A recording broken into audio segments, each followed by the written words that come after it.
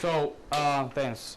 So in within this clave also you can play some other rhythms like the rumba itself, which is the name of the clave. Could you play the clave again so I can play the pattern of the rumba? This is the guaguancó rhythm in within the rumba. Rumba is the name of three basic patterns in let's say street music. This is not stuff that you actually learn in the conservatory in Cuba. This is stuff that you get on the street. This is information completely word of mouth, and just on the street. It's obvious for us to kind of link all this information together because we grew up listening to this kind of music, as well as you grew up listening to New Orleans music or any American music. So you have this kind of internalized in yourself. So let's play actually the guaguancó, which is the most playable style for most of people. So let's play the rumba clave again. 1, 2, 3, 4.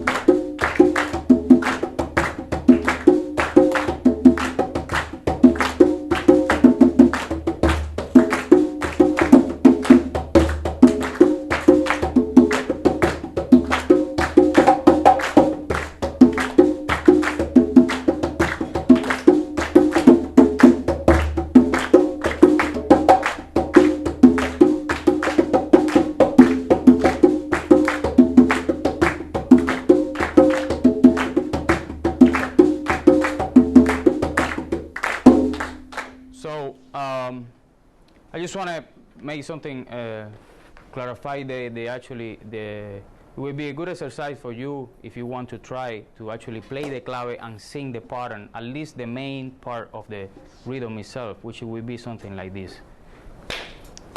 Con king king con, con king king con, con king king con, con king king con. Ding ding dong, ding ding dong, ding ding dong, ding ding dong, ding ding dong, ding ding dong.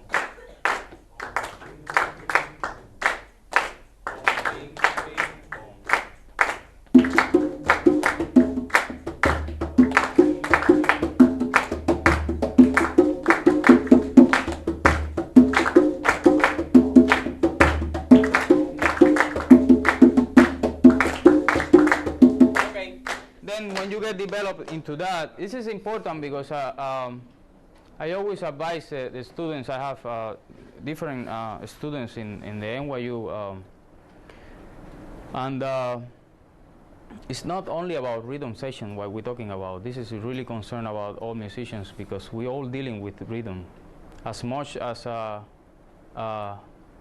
stronger as you get in the rhythm, that will help a lot when you're playing with people and even when you're playing by yourself. So it's very important to have this conscious in the rhythm approach. Then you can actually develop it playing the cáscara. You want to try it? Playing with the cáscara? Mm-hmm. Yeah? Well, the cáscara does 1, 2, 3, 4. Pam, pa, pam, pam, ta, tan, tan, ta, tam.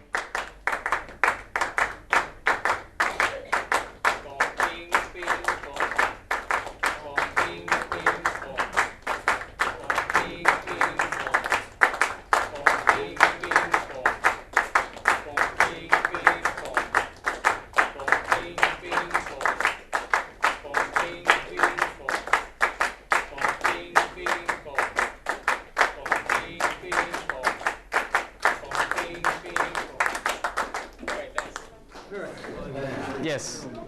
Seems like it's a very strong 6 against 4 or 3 against 2. Boom, bing, bing. Oh, 1, 2, 3, 4, 5, 6 against 4. That's what it feels like.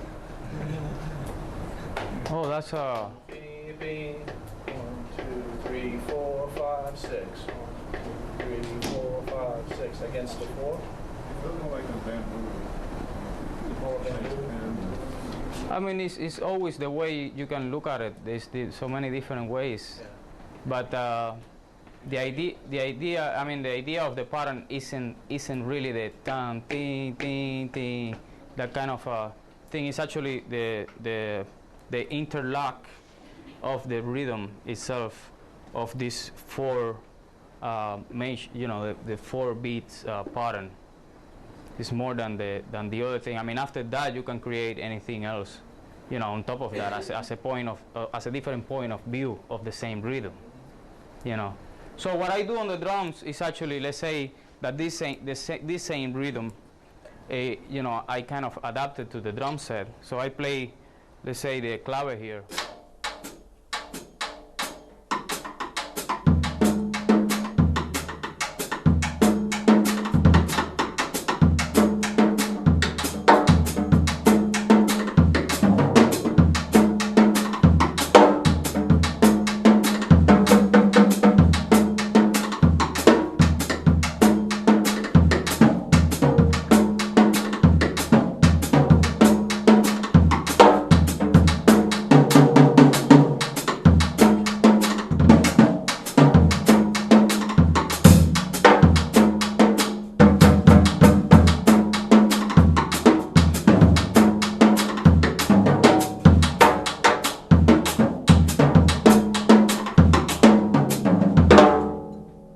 That's basically, a way you can actually kind of play these rhythms over the drum set.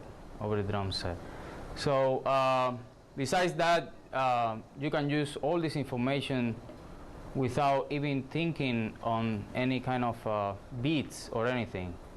As I start actually the solo itself, you can explore the same information in a more space and the more abstract, let's say, zones in sound. I'm gonna give you a little bit of information with that.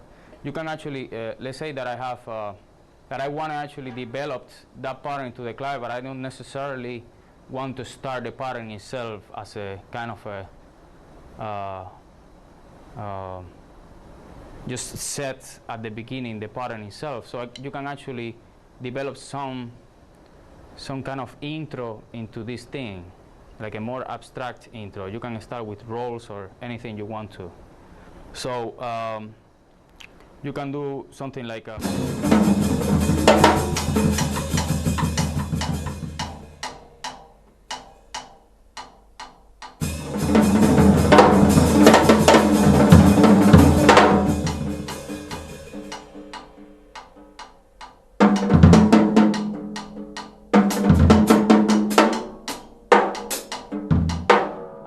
and then do the rhythm itself. You know what I'm saying? Understand? You can do this in any instrument. I'm not.